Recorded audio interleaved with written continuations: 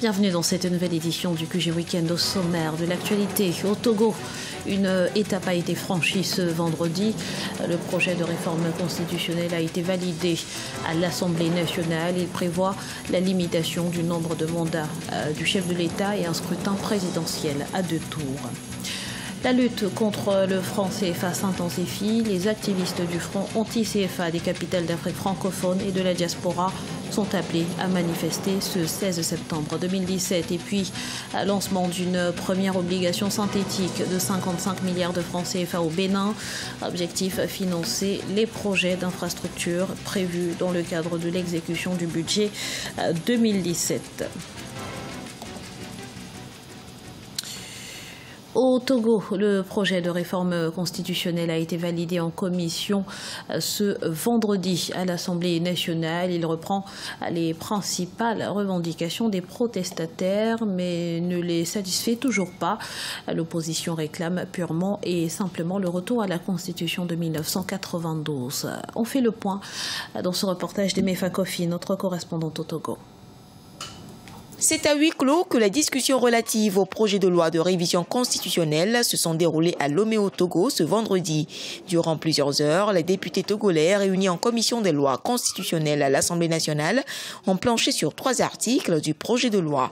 Il s'agit de la limitation du mandat présidentiel à 2 sans rétroactivité, de la limitation du mandat législatif et du mode de scrutin uninominal à 2 tours. Le projet de loi a été adopté en commission composée de 10 députés, dont 6 voix pour et 4 contre. Ici, c'est un projet de loi qui vient par le gouvernement. Alors, lorsque un porteur d'un texte vient à l'Assemblée nationale, un amendement ne peut pas aller à l'encontre de la voie que veut tracer le porteur. Le texte sur les réformes envoyées par le gouvernement a été voté en bonne et due forme. C'est vrai, une partie des membres de la commission de loi constitutionnelle est partie, mais la grande majorité de cette commission est restée. Elle a fait son travail, elle a voté le projet de loi qui a été amené. Au sein de la commission, l'opposition maintient sa position, le retour à la Constitution de 1992 dans sa version originelle. Cette Constitution ne permet plus au président Faure Gnassingbé de briguer un 4e mandat à la tête du Togo. Ils ont déposé un projet de loi de révision constitutionnelle pour la paix, disent-ils, et ils ne peuvent pas accepter les amendements que nous avons proposés. Nous avons notre document qui récapitule les 48 amendements. S'ils veulent les étudier pour retourner, parce qu'il ne faut jamais oublier que notre objectif, c'est le retour à la Constitution de 92.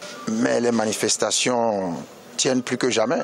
Le rapport rédigé au niveau de la commission des lois constitutionnelles sera transmis en plénière où il faudra requérir les 4/5 des parlementaires pour définitivement faire passer le nouveau texte constitutionnel. Le recours au référendum est également envisagé par le gouvernement si les négociations échouent en plénière. De Paris à Dakar, les militants anti-franc CFA sont appelés à manifester ce samedi 16 septembre dans les capitales d'Afrique francophone et de la diaspora. Une manifestation à l'appel de l'activiste Kémy Séba pour dénoncer une monnaie qualifiée de monnaie de la servitude. On écoute à ce propos le professeur Nicolas Agboaou. Nous disons ce grand mouvement qui est irréversible. Et j'aimerais bien que la France et les dirigeants africains comprennent ça. C'est un mouvement irréversible parce que la pauvreté va en s'agrandissant.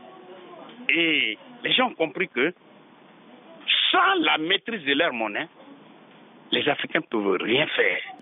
Le samedi 7, tous ceux qui aiment l'Afrique, ils doivent venir contribuer à ce combat. Car la victoire n'est plus loin. La victoire n'est plus loin. Le franc CFA chancelle. Il faut l'éliminer définitivement et mettre en lieu et place la monnaie unique africaine qui sera faite par et pour les Africains eux-mêmes. Dans l'actualité également, le Burundi des droits de l'homme n'existe-t-il pas vraiment? Tel est le thème d'une conférence donnée ce 16 septembre à Paris par Willy Nyamitwe, conseiller à la présidence burundaise. Objectif, défendre la position des autorités de Bujumbura face au récent rapport de l'ONU sur les droits de l'homme dans le pays. Une rencontre boycottée par une partie de la diaspora qui a d'ailleurs organisé un rassemblement pour manifester son mécontentement. L'actualité économique à présent, après la Côte d'Ivoire, c'est au tour du Bénin de se lancer dans une opération d'obligation synthétique. Objectif, mobiliser 55 milliards de francs CFA pour solder une partie des financements prévus dans le cadre de l'exécution du budget 2017. Les détails avec Marcel Farba-Maroun. L'État béninois a lancé début septembre 2017 à Cotonou une opération d'obligation synthétique à l'endroit des investisseurs à hauteur de 55 milliards de francs CFA avec des taux de pondération allant de 5 à 35%. Prévue le 21 septembre 2017, cette opération, première en son genre émise par le Bénin et la deuxième dans l'espace UEMOA, servira au financement de quelques travaux de construction de routes, l'installation de centrales électriques et d'adduction d'eau potable dans plusieurs localités. Nous venons de lancer pour la deuxième fois dans notre zone l'émission d'un titre obligataire que nous appelons obligation synthétique, qui se trouve être une obligation constituée d'un ensemble d'obligations. C'est un produit structuré que l'on appelle en général panier d'obligations, qui est basé sur une série de titres à structure in fine et qui tente de reproduire la structure de paiement amortissable. L'opération en question devrait également permettre au Bénin d'améliorer le coût de sa dette publique, qui est estimée à plus de 2700 milliards de francs CFA au 30 juin 2017, soit 53% du produit intérieur brut. Elle devra également aider à concourir à la dynamisation du marché secondaire. L'opération est repartie en 5 titres. Un bon du Trésor à 1 an, une obligation à 3 ans, une seconde à 5 ans, une troisième à 7 ans et une dernière à 10 ans. L'idée est de reproduire un panier d'obligations tout en respectant des proportions qui sont des proportions optimales en termes d'optimisation du portefeuille de la dette de l'État du Bénin. Pour l'exercice 2017, le Bénin a prévu la levée d'environ 716,5 milliards de francs CFA, dont 255,840 milliards de francs CFA de solde à financer sur le marché des titres publics au 30 août 2017. Le Bénin devient ainsi le deuxième pays dans l'espace UEMOA après la Côte d'Ivoire à procéder au lancement de son obligation synthétique. En Guinée, les infrastructures routières ont atteint un niveau de dégradation sans précédent, à tel point que certaines communes rurales sont pratiquement isolées. C'est le cas de la sous-préfecture de Wende Kenema à Gekedou, dans le sud-est du pays. Voyez ce reportage de notre correspondant Emmanuel Mimono.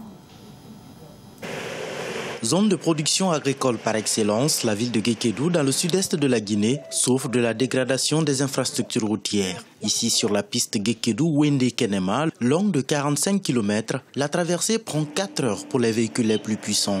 Les seuls moyens de déplacement utilisés en cette période de grande pluie restent les motocyclettes. On transporte n'importe quoi, tel que l'huile en bidon, on peut prendre 10 bidons, on peut prendre encore le riz, des sacs de riz, les grains, les parmis, un peu partout.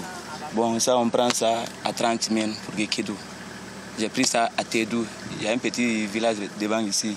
Il y a des accidents au niveau de la route. Ce n'est pas au niveau des chauffeurs, mais compte tenu de l'état de la route.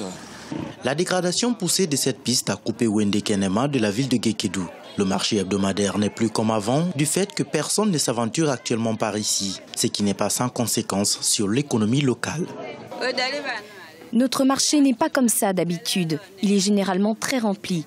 Mais compte tenu de l'état actuel de la route, les autres commerçants ne viennent plus par ici et il est impossible pour nous aussi de nous rendre au centre-ville.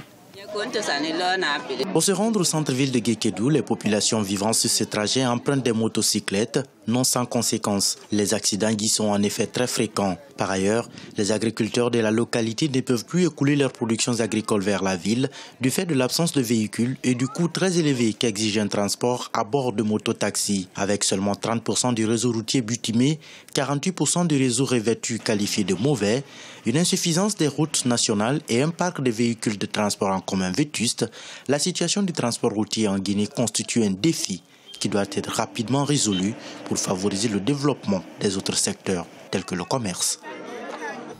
Un mot de sport à présent. Tunisie, Nigeria, telle est l'affiche de la finale de l'Afro-Basket 2017 qui se dispute ce samedi 16 septembre. Les Tunisiens sont restés maîtres chez eux en battant le Maroc 60-52 ce vendredi en demi-finale. Les 10 Tigers, tenants du titre, ont de leur côté décroché leur ticket face au Sénégal. Score final 76-71 grâce notamment à un Ike Diogu, auteur de 17 points et de 14 rebonds. Notons que le duel Tunisie-Nigeria se disputera à 19h GMT. Ce journal a été réalisé par l'ensemble de la rédaction. Merci pour votre fidélité. Dans un instant, une nouvelle édition de l'actualité sur Africa 24.